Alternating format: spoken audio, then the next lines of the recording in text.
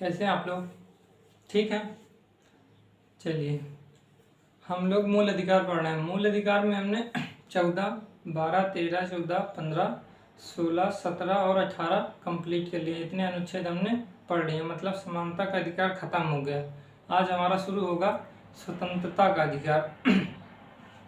कल हम लोग जब 18वां अनुच्छेद पढ़ रहे तो उसमें उपाधियों का अंत था या विशेषाधिकार का अंत था, तो लास्ट में लाइट चली गई थी, जिस कारणवश क्या हो गया, उसमें जो थोड़ा बहुत पॉइंट था छूट गया। क्या हुआ, सुप्रीम कोर्ट ने उसमें बताया गया था कि उपाधि किस प्रकार दिया जाएगा, 4 प्रकार से दे सकते हैं। मतलब उपाधि केवल 2 प्रकार से, मतलब शिक्षा और सैन्य में दे सकते हैं। इसके बाद कोई व्यक्ति विदेश से नहीं ले सकता है। दूसरा है कोई व्यक्ति जो बैठा हुआ है पद पर, वो नहीं ले सकता। फिर इसी बात तीसरा व्यक्ति है कोई भेंट भी नहीं ले सकता या उपलब्धि भी नहीं ले सकता। इस तरह की बात अनुच्छेद 18 में की गई थी। इसके बाद कुछ लोगों ने जब 1954 में क्या हुआ, जब भारत रत्न, पद्म विभूषण और पद्म भूषण, पद्म श्री ऐसे जैसे पुरस्कार का क्या हुआ, जब स्थापना की गई, तब ये क्या हुआ कि लोगों को देना शुरू किया गया। तो लोगों ने कहा ये भी तो एक उपाधि है। तो जब ये बात सुप्रीम कोर्ट में गई तब उसमें निर्णय दिया गया था, बालाजी राघवन केस में निर्णय दिया गया कि ये उपाधि नहीं है बल्कि क्या है, पुरस्कार है। ये उपाधि नहीं है, क्या है, ये पुरस्कार है। उसमें ये कुछ लोगों ने कहा कि नहीं ये उपाधि नहीं है, ये कुछ लोगों ने कहा नहीं ये उपाधि नहीं पुरस्कार, कुछ लोगों ने कहा नहीं पुरस्कार नहीं उपाधि है। तो सुप्रीम कोर्ट ने ये कह दिया कि ये पुरस्कार है, क्योंकि पुरस्कार सदैव किस लिए दिया जाता है, उसकी उत्कृष्टता के लिए दिया जाता है, समाज सेवा के लिए दिया जाता है, लोकतंत्र के लिए दिया जाता है। जबकि जो उपाधि दी जाती है वो विशेषाधिकार के लिए दिया जाता था, सामंतवादी समाज में दिया जाता था, या राज्य के प्रति अपनी निष्ठा रखो तो दिया जाता था। लेकिन सुप्रीम कोर्ट ने कहा ऐसा नहीं है, ठीक है। इसलिए उन्होंने कहा कि पुरस्कार ये क्या है, ये पुरस्कार है, ना कि उपाधि है। ये सब व्यवस्था कर दी। हाँ, ये भले ही कह दिया है कि कोई व्यक्ति इसका दुरुपयोग नहीं करेगा। इसका दुरुपयोग का मतलब कि उपसर्ग और प्रत्यय, सफिक्स और प्रीफिक्स के रूप में इसका प्रयोग नहीं करेगा। मान लेते हैं किसी व्यक्ति को पद्म विभूषण मिला, और पद्म विभूषण मिलने के बाद वो अपने नाम के आगे या पहले आगे लगा लिया, अब बाद में क्या करने लगे कि पद्म विभूषण, ये पद्म विभूषण, ये पद्म श्री, ये भारत रत्न, ये तो मतलब भारत रत्न अनुज कुमार ऐसे कुछ लगाना शुरू कर दे। तो इस तरह सुप्रीम कोर्ट ने रोक लगाई कि अगर कोई व्यक्ति अपने नाम के साथ इस पुरस्कार का क्या करता है, गलत उपयोग करता है, तो उसे उसी वक्त क्या करना पड़ेगा, उस पुरस्कार को क्या होगा, त्यागना पड़ेगा। इतनी बात हमने अनुच्छेद 18 में देख ली, ठीक है। आज हम लोग देखेंगे दूसरा अधिकार जो हमारा विशिष्ट स्वतंत्रता का अधिकार है। आज उसको देखेंगे, 19 से लेकर 22 तक है। आज हम शायद 19 देखेंगे पूरी तरीके से, फिर 20 भी हो सकता है, लेकिन धीरे धीरे ही बढ़ेंगे, ठीक है। तो आज हम क्या देखें, विशिष्ट स्वतंत्रता का अधिकार। आइए देखते हैं।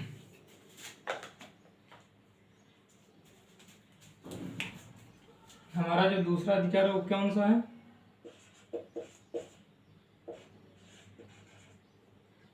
विशिष्ट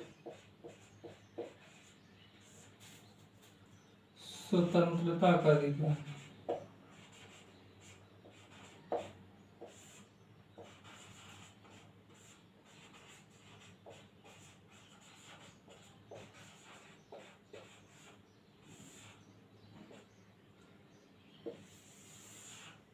विशिष्ट स्वतंत्रता का अधिकार क्या है, विशिष्ट स्वतंत्रता का अधिकार हमारा दूसरा अधिकार है। पहला क्या था, समानता का अधिकार। हमने समानता में देख लिए कैसे कैसे समानताएं होंगी।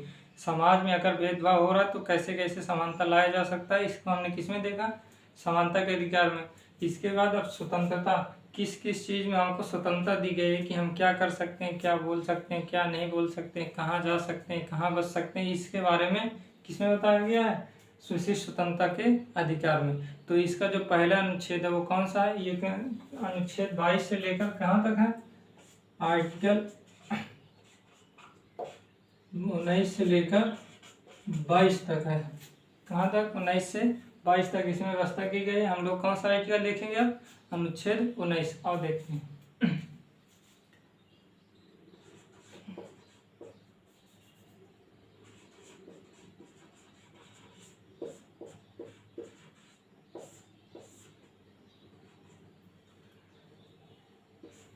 अनुच्छेद 19 19 में क्या कहा गया है, 19 को कई भाग में डिवाइड किया गया। 1F 1 2, पहले तो 1 में भाग 19 फर्स्ट हो गया, 19 सेकेंड, 2 भागों में डिवाइड किया गया। और फिर फर्स्ट को भी कई 6-7 भागों में डिवाइड किया गया था।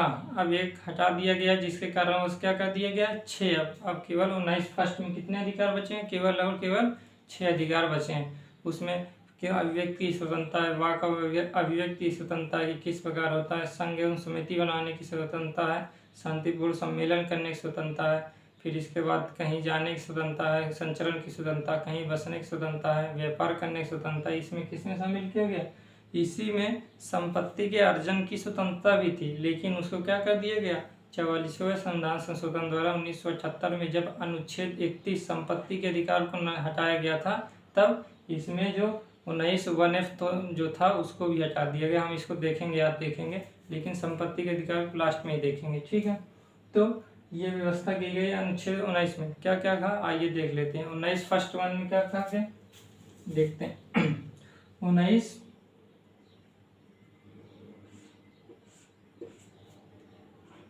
अनुच्छेद 19 फर्स्ट ए में क्या कहा गया, इसमें क्या कहा गया 19 फर्स्ट ए में क्या आ गया, वाक एवं अभिव्यक्ति की स्वतंत्रता। वाक एवं अभिव्यक्ति की स्वतंत्रता, अभिव्यक्ति की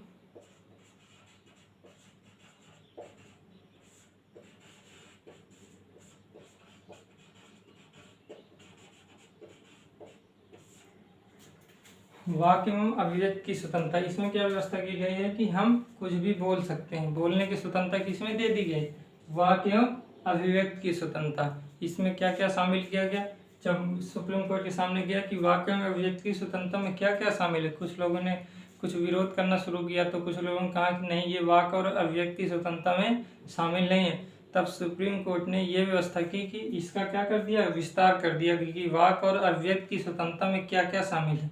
तो आइए देखते हैं इसमें क्या क्या शामिल है। तो सुप्रीम कोर्ट ने क्या कहा है इसके बारे में, सुप्रीम कोर्ट ने क्या किया, इसका विस्तार किया, इसका विस्तार किया। और इसमें क्या क्या कह दिया, इसमें फर्स्ट उन्होंने कहा वाक एवं अभिव्यक्ति की स्वतंत्रता में कहा है कि अपने विचारों का प्रसारण, अपने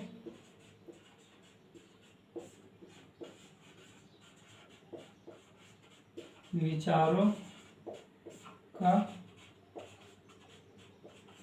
प्रसारण, आप अपने विचार को क्या कर सकते हैं, कहीं भी प्रसार कर सकते हैं। दूसरा क्या कहा, सुप्रीम कोर्ट ने कहा कि दूसरे के विचारों को भी क्या कर सकते हैं, प्रसार कर सकते हैं, दूसरों के विचारों का प्रसारण, न केवल अपने विचारों का प्रसारण बल्कि दूसरे के विचारों का भी प्रसारण कर सकते हैं। बोलने की स्वतंत्रता में शांत रहने की भी स्वतंत्रता है। तीसरा इसमें क्या कहा गया कि कोई व्यक्ति अगर उसकी इच्छा है बोलेगा, उसकी इच्छा है नहीं बोलेगा, तो इसमें क्या व्यवस्था, शांत रहने की स्वतंत्रता भी दे दी गई, शांत रहने की स्वतंत्रता। इसमें क्या कर दिया गया, अपने विचारों का प्रसारण, दूसरे के विचारों का भी प्रसारण कर सकते, शांत रहने की भी स्वतंत्रता दे दी गई। साथ ही साथ इसमें यह कहा गया कि प्रेस की स्वतंत्रता, इसमें क्या कहा गया, सुप्रीम कोर्ट ने क्या कहा कि प्रेस की जो स्वतंत्रता होगी वो भी इसी वाक एवं अभिव्यक्ति की स्वतंत्रता में ही शामिल है। प्रेस की स्वतंत्रता भी किसमें शामिल है, वाक एवं अभिव्यक्ति की स्वतंत्रता, ठीक है। ये क्या है कि व्यवसायिक विज्ञापन, आप लोग देखे होंगे कि कुछ हर जगह हर ही चीज, सभी चीज के जितने भी आजकल व्यवसाय करते हैं, सभी लोग जितने भी लोग व्यवसाय करते हैं, बड़ी बड़ी कंपनियां चलाते हैं, वो क्या करते हैं, अपने जो भी ब्रांड रहता है उसका क्या करते हैं, प्रचार करते हैं, बहुत जगह प्रचार करते हैं। तो इसमें क्या कहा गया, वाक्य में अभिव्यक्ति स्वतंत्रता में सुप्रीम कोर्ट ने कहा कि व्यवसायिक विज्ञापन का भी आप क्या कर सकते हैं, प्रचार प्रसार कर सकते हैं। क्या करेंगे, व्यवसायिक विज्ञापन का भी व्यवसायिक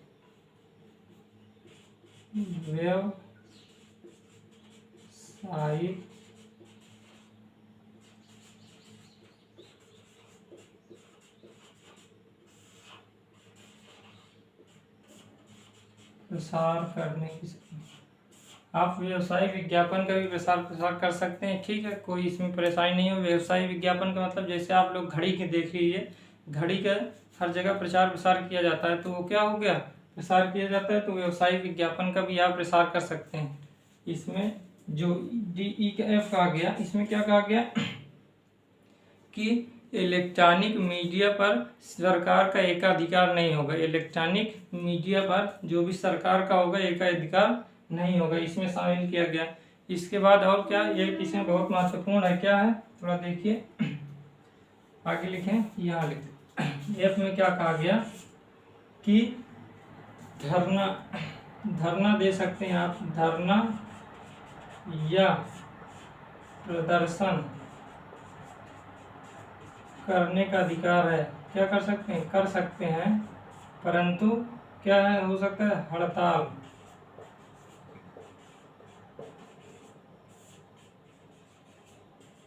हड़ताल नहीं कर सकते। हड़ताल क्या होगा, नहीं कर सकते। धरना या प्रदर्शन दे सकते हैं, इसमें कोई रोक नहीं होगी। धरना का मतलब होता है आप शांतिपूर्ण रूप से बैठकर कहीं पर धरना दीजिए, कोई परेशानी नहीं होगी, लेकिन हड़ताल करने की इजाजत नहीं दी जाएगी, ये इसी में शामिल है। वाक्य में अभिव्यक्ति स्वतंत्रता में हड़ताल नहीं शामिल है, इसलिए नहीं शामिल। हड़ताल में क्या होता है, हिंसा होने लगती है, इस कारणवश इसमें शामिल नहीं किया गया। सुप्रीम कोर्ट ने क्या कहा, वाक्य में अभिव्यक्ति स्वतंत्रता में क्या किया गया, सुप्रीम कोर्ट ने इसका विस्तार किया कि वाक्य में व्यक्ति स्वतंत्रता के क्या शामिल है। उसमें क्या कहा गया, अपने विचारों का प्रसार कर सकते हैं, दूसरे के विचारों का विषय में प्रसार कर सकते हैं, शांत रह सकते हैं हम, साथ ही साथ प्रेस की स्वतंत्रता, इलेक्ट्रॉनिक मीडिया पर विशेषाधिकार नहीं, व्यावसायिक विज्ञापन का भी क्या कर सकते हैं, प्रचार कर सकते हैं। दूसरा व्यवस्था की गई कि धरना प्रदर्शन दे सकते हैं, लेकिन क्या कर सकते हैं, हड़ताल की व्यवस्था इसमें शामिल नहीं है अभिव्यक्ति स्वतंत्रता में, इस तरह। और इसके बाद सुप्रीम कोर्ट ने कहा और हम क्या कर सकते हैं, हाँ, सरकार के विरुद्ध हम क्या कर सकते हैं, आलोचना कर सकते हैं। इसमें क्या है, आलोचना, सरकार आलोचना भी करने की, इसमें क्या कहा, आलोचना या असहमत होने का अधिकार,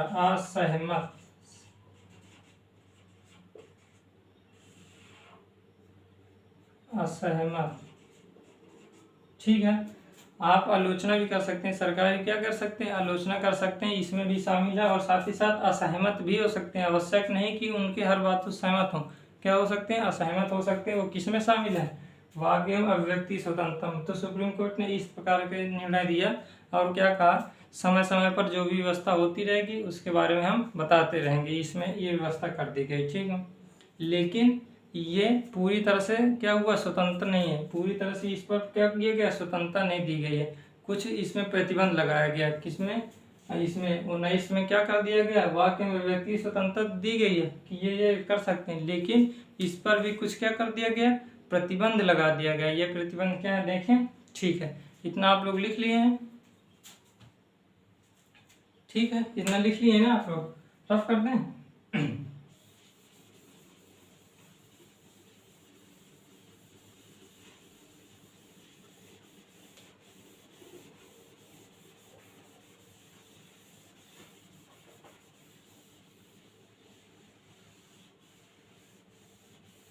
ठीक, इस पर क्या किया गया है, प्रतिबंध भी लगाया गया, न केवल स्वतंत्रता दी गई बल्कि क्या कर दिया गया, प्रतिबंध भी लगाए गए। क्या प्रतिबंध लगाए गए, प्रतिबंध,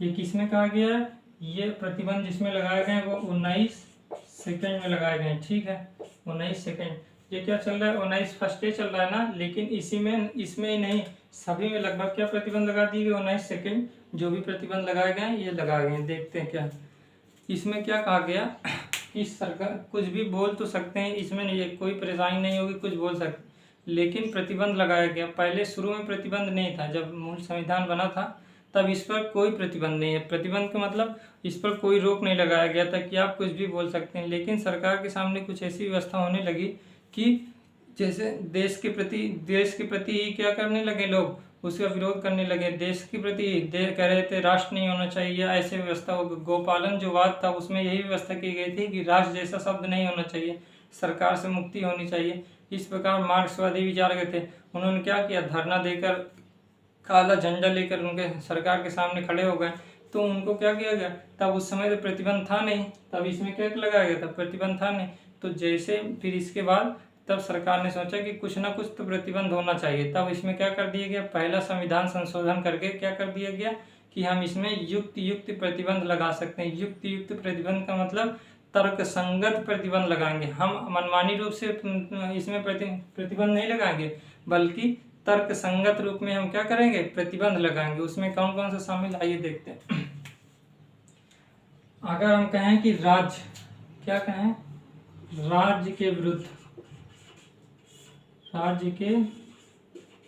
इसमें पहला क्या कर दिया गया, उसमें शामिल नहीं है, उसमें तो केवल इसमें शामिल कर दिया। जैसे राज्य के विरुद्ध का मतलब कि एकता, राज्य की क्या हो, राष्ट्र की एकता एवं संप्रभुता को किसी प्रकार से कोई नुकसान,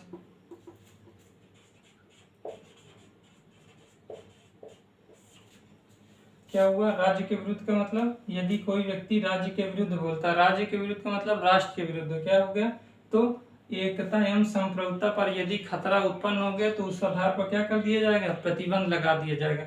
अगर राष्ट्र की एकता और संप्रभुता पर क्या हो जाए, खतरा उत्पन्न हो जाएगा तो क्या कर दिया जाएगा, राज्य क्या करेगा, वाक एवं अभिव्यक्ति की स्वतंत्रता में क्या कर सकता है, प्रतिबंध लगा सकता है। ये पहला था। दूसरा क्या कहा गया कि वाक्य में अभिव्यक्ति, राष्ट्र की सुरक्षा, क्या हो गया, राष्ट्र की सुरक्षा की एकता एवं संप्रभुता पर तो लगा सकते हैं, साथ ही साथ राष्ट्र की सुरक्षा पर यदि खतरा उत्पन्न हो गया तब भी क्या कर सकते हैं, हम प्रतिबंध लगा सकते हैं। ये दूसरा कहा गया। तीसरा में क्या कहा गया कि मित्रवत राज्यों के, मित्रवत जो राज्य, विदेशी मित्रवत जो राष्ट्रों के विरोध में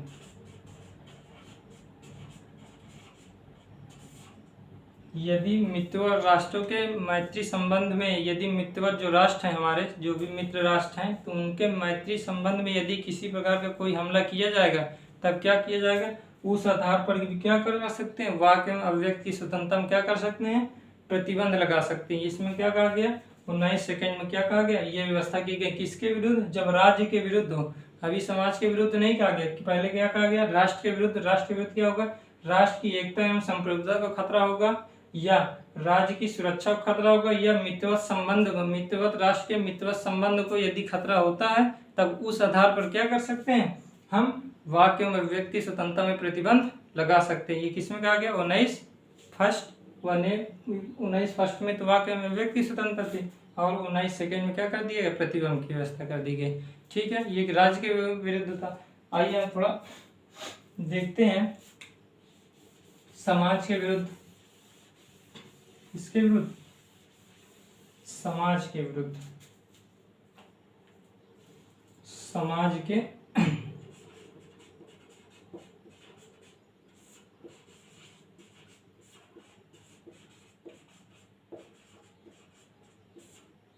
समाज, अभी तो क्या था, राष्ट्र के विरुद्ध कुछ भी बोला जा रहा था तो किस पर क्या हुआ, प्रतिबंध लगा दिया गया। अब क्या हुआ, समाज के विरुद्ध।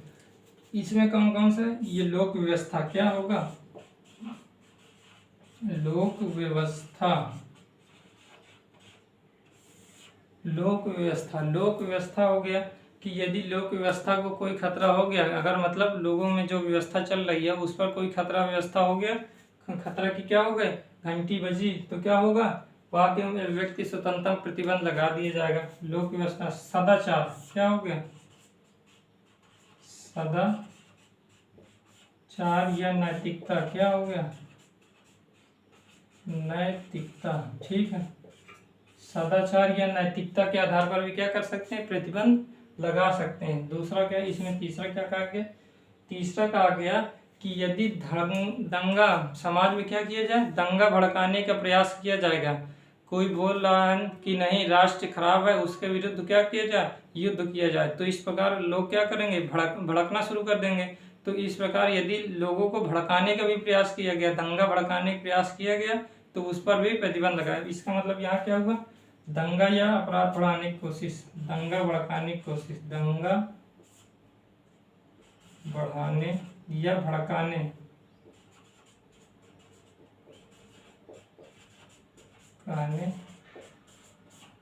की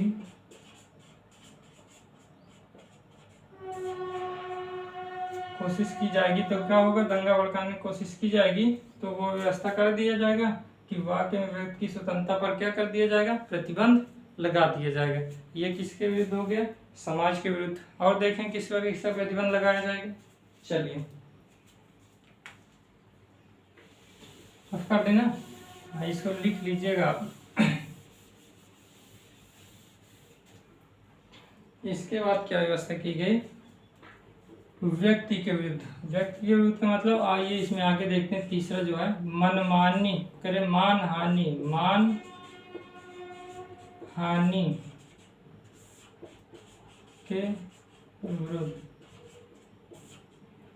मान हानि के विरुद्ध यदि किसी व्यक्ति को आप अनैतिक रूप से कुछ कह रहे हैं, अनैतिक रूप से कुछ कह रहे हैं, या उसके सम्मान को क्या हो रही है, ठेस पहुंच रही है, तो उस आधार पर भी क्या कर सकते हैं, वाक्य एवं अभिव्यक्ति स्वतंत्रता में क्या कर सकते हैं, प्रतिबंध लगा जा सकते हैं। किसी व्यक्ति को मान लीजिए आप अब्यूजिंग गाली देना शुरू कर दें, तो उस आधार पर भी क्या कर दिया जाए, मान हानि विरुद्ध प्रतिबंध लगाया क्यों गया, प्रतिबंध क्योंकि जो हमको अधिकार प्राप्त है वही हमारे पड़ोसी को भी अधिकार प्राप्त है। तो इस प्रकार क्या हो सकता है, जो हम कर रहे हैं, मान लेते हैं हम तेज तेज शोर मचाना शुरू कर दें, अब कोई व्यक्ति पढ़ रहा है, अब मान लिए किसी घर में पढ़ रहा है, हम शोर मचाना शुरू कर दें या हम साउंड लेके बजाना शुरू कर दें, तो क्या होगा, उसे परेशानी होगी। या हम पढ़ रहे हैं, वो दूसरा व्यक्ति ऐसा कुछ करने लगे, तो हमारे अधिकारों का हनन होगा। उसको स्वतंत्रता दे दी गई है, लेकिन हमारे अधिकारों का भी तो हनन हो जाएगा ना। इस कारणवश क्या हो जाएगा, इस पर प्रतिबंध लगा दिया गया कि ऐसे ऐसे प्रतिबंध होंगे, तब क्या होगी, तब समाज की व्यवस्था आसानी से चलती रहेगी। ठीक है,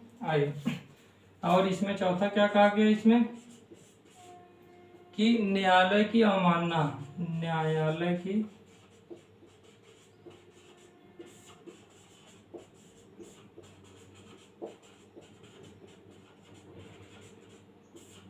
कि न्यायालय कोई निर्णय दिया और उसको कह दिया ये गलत है, हम इसको नहीं मानेंगे, इस तरह की अगर व्यवस्था शुरू होने लगेगी तो उस पर भी क्या लगाया जा सकता है, प्रतिबंध लगा सकते हैं। इसमें कोई परेशानी नहीं होगी। ये केवल इतना था, वाक्य एवं अभिव्यक्ति की स्वतंत्रता में केवल और केवल इतना था, इतना ही प्रतिबंध है, इतना ही वाक्य एवं अभिव्यक्ति की स्वतंत्रता में है भी, इससे ज़्यादा नहीं है, कहीं भी नहीं है, इतना ही पढ़ना ही पड़ता है। इसमें 19 फर्स्ट ए में केवल इतना ही पढ़ना पड़ता है। आगे देखें फर्स्ट बी में क्या क्या गया, फर्स्ट सी में क्या क्या गया, इसको देख लेते हैं। चलिए इतना लिख लीजिएगा।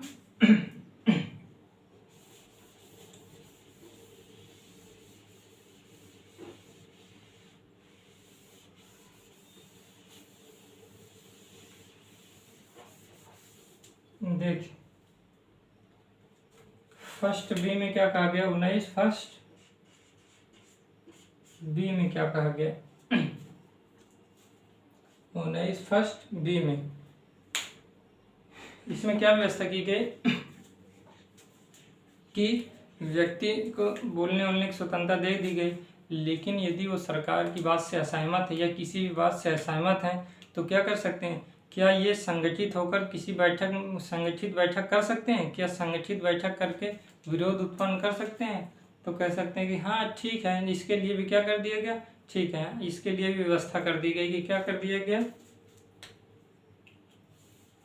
शांतिपूर्ण, क्या लिख दिया गया, शांतिपूर्ण सम्मेलन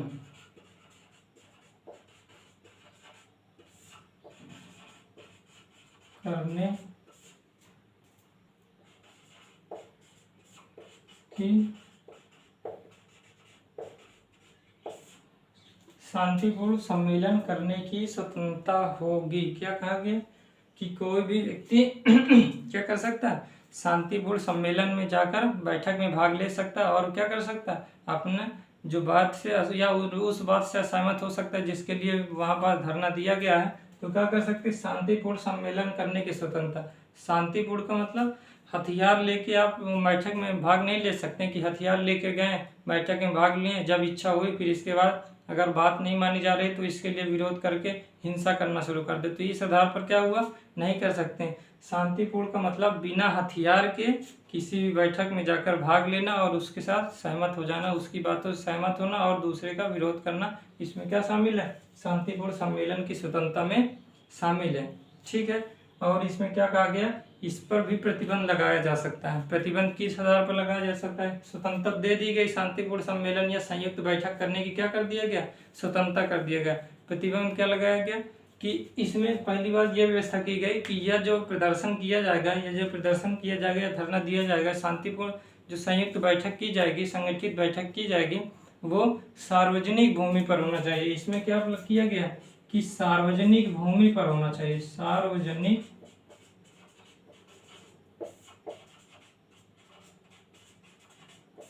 किसी की भूमि पर जाकर आप किसी निजी व्यक्ति है उसकी भूमि पर जाकर ये संयुक्त बैठक नहीं कर सकते हैं। क्या कर सकते हैं, सार्वजनिक भूमि पर ही क्या कर सकते हैं आप, शांतिपूर्ण सम्मेलन की स्वतंत्रता है। ठीक है, आइए इसमें क्या कर प्रतिबंध क्या लगाया गया है, प्रतिबंध देखें कि सार्वजनिक शांति बनी रहनी चाहिए। सार्वजनिक क्या होना चाहिए, सार्वजनिक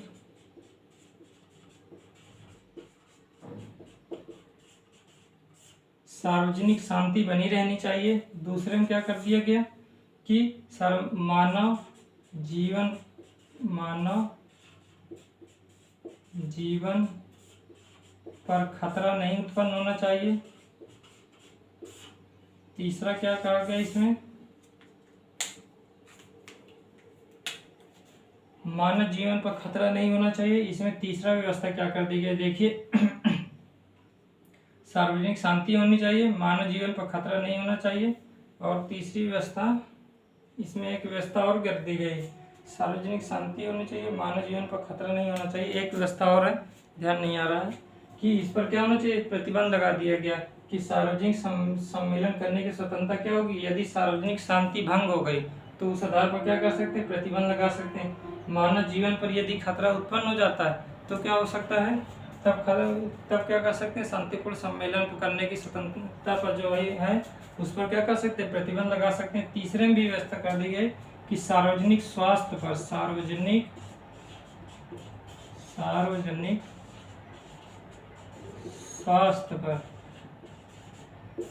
सार्वजनिक स्वास्थ्य पर यदि खतरा उत्पन्न हो जाता है कि यदि किसी स्वास्थ्य में अगर दखलंदाजी देना शुरू कर देंगे तब क्या होगा, तब भी प्रतिबंध लगा सकते हैं, इसमें कोई परेशानी नहीं होगी। ठीक है, और भी दो व्यवस्था है कि आपराधिक धारा 144 और आपराधिक धारा 100 IPC धारा 141 के अंतर्गत ये व्यवस्था की गई है कि जैसे 141 में 5 व्यक्ति हैं, 5 व्यक्ति से अधिक संगठन है, उसे गैर कानूनी घोषित कर सकते हैं यदि वो क्या कर रहे हैं, किसी अपराध की चर्चा कर रहे हैं, आपराधिक कार्य की चर्चा कर रहे हैं, किसी पर दबाव बनाएं कि आप गैर कानूनी कार्य करिए, तो इस पर भी उस तरह प्रतिबंध लगाया जा सकता है। वो एक्सेप्शन में उसे हम नहीं देखेंगे, केवल ये क्या हुआ, ये सामान्य बातें इसमें हो गई हैं। ठीक है, तो 19(1)(b) में क्या कहा गया, इतना कहा गया।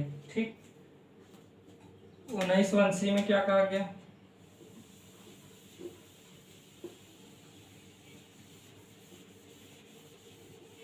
19(1)(c) में क्या कहा गया, इसमें सी में 19(1)(c) में क्या व्यवस्था की गई, इसमें क्या की गई, संघ एवं समिति बनाने की स्वतंत्रता। क्या होगी, संघ एवं समिति बनाने की, संघ एवं समिति बनाने की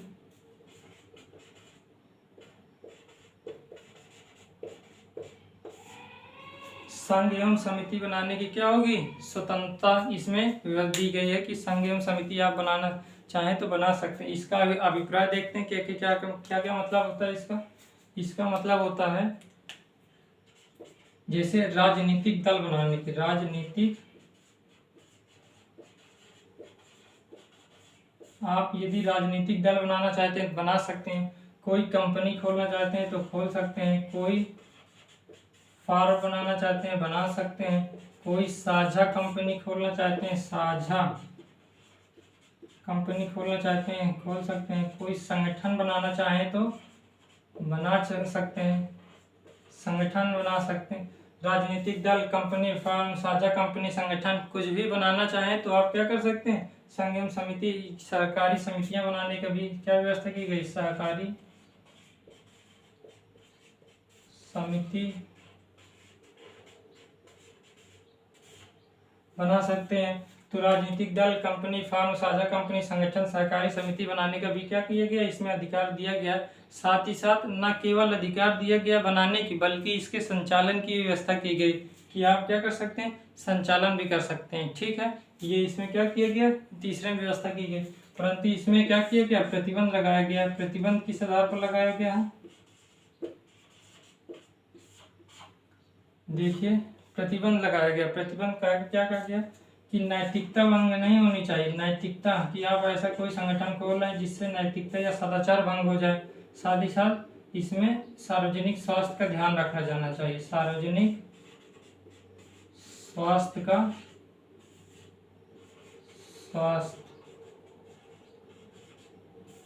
सार्वजनिक स्वास्थ्य का ध्यान रखा जाना चाहिए। तो इस आधार पर आप क्या कर सकते हैं, संघ एवं समिति बना सकते हैं। ठीक है, ये हमारा किसमें था, 19(c) में।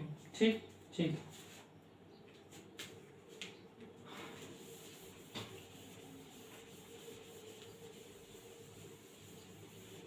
अब क्या कहा गया इसमें, 19(1)d में क्या कहा गया, 19(1)d में क्या व्यवस्था की गई, आइए देखते हैं।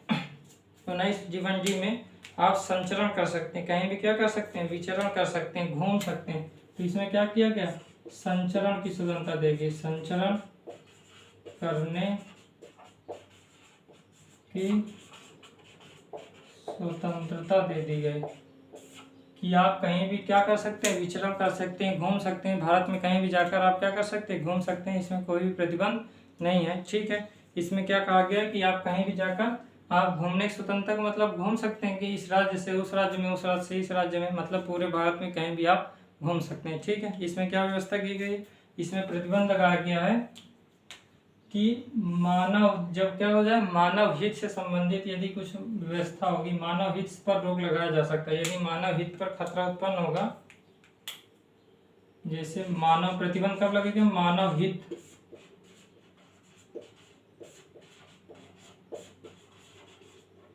खतरा, यदि हमारे घूमने पर, जैसे मान लेते हैं कहीं दंगा भड़का है, दंगा भड़क, मान लिए कहीं दंगा भड़का है, अब इसके बाद आप वहां जाकर क्या कहना शुरू कर दी, नहीं नहीं मुझे तो यहीं घूमना है, अब चाहे जो भी व्यवस्था हो हमको यहीं घूमना है।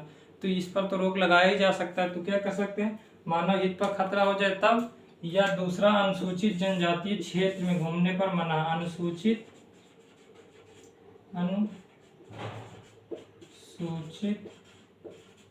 जनजाति के क्षेत्रों पर घूमने पर क्या लगेगा है, मानव हित पर खतरा हो जाए, या अनुसूचित जनजाति के क्षेत्रों पर भी घूमने पर। अनुसूचित जनजाति मतलब आदिवासी, समझिए आदिवासी के क्षेत्र में घूमने पर, क्योंकि वो बाहरी लोग से वैसे भी ज़्यादा संपर्क रखते नहीं है, इस कारण से क्या उनके क्षेत्रों में, किस लिए, उनकी भाषा, उनकी संस्कृति, शैली, ये सभी बचाने के लिए, साथ ही साथ उनका संरक्षण करने के लिए ये व्यवस्था की गई। ये भेदभाव करने के लिए नहीं की गई, बल्कि उनका संरक्षण करने के लिए ये व्यवस्था की गई है। तो इसमें क्या है, डी में संचरण करने की स्वतंत्रता। ठीक ठीक, आगे चले।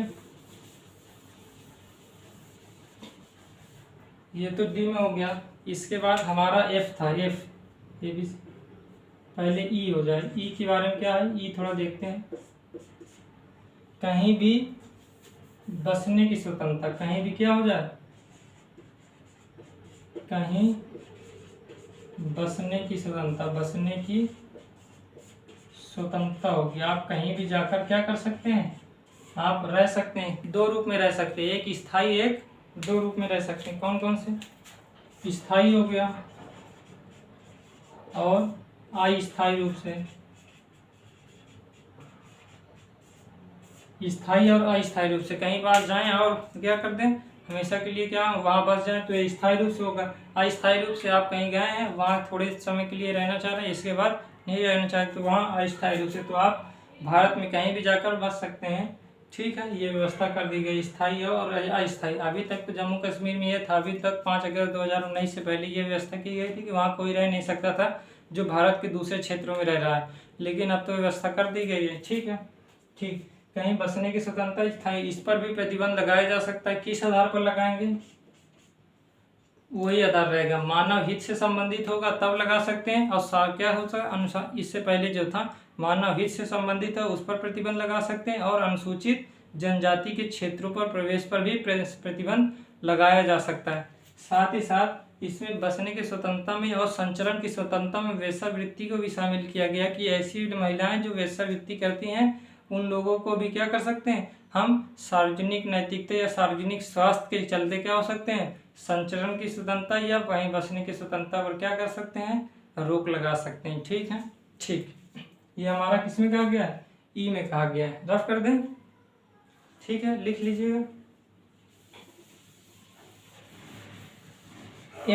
एफ में क्या था, संपत्ति के अधिकार था। एफ में क्या था, इसमें क्या था, संपत्ति का अर्जन। अर्जन का मतलब होता है खरीद, मान लेते हैं रखना, खरीदना होता है, प्राप्ति होता है। संपत्ति का,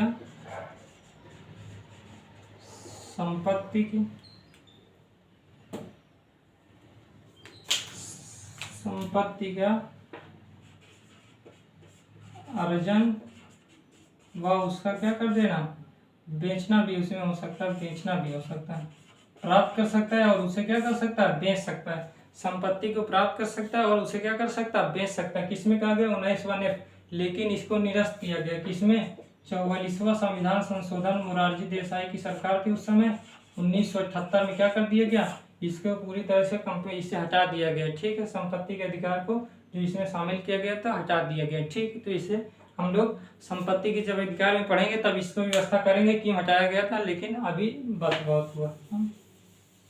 एक लास्ट है इसमें 1F और G है, क्या है, जी में क्या व्यवस्था की गई है, देखिए जी में क्या कहा गया है कि व्यापार करने की स्वतंत्रता, व्यापार करने की स्वतंत्रता होगी। आप व्यापार कर सकते हैं, मतलब भारत में कहीं भी कोई व्यवसाय क्या कर सकते हैं, आप चालू कर सकते हैं, उसे चालू रख सकते हैं। ठीक है, तो व्यापार करने की स्वतंत्रता दे दी गई है, परंतु इस पर भी प्रतिबंध लगा दिया गया। क्या प्रतिबंध लगाया गया कि सरकार क्या कर सकती है, इसमें पहला क्या कहा गया, सरकार ये व्यवस्था कर सकती है किसी के लिए न्यूनतम शैक्षणिक योग्यता, कि इस व्यवसाय के करने के लिए ये योग्यता होनी चाहिए व्यक्ति के अंदर।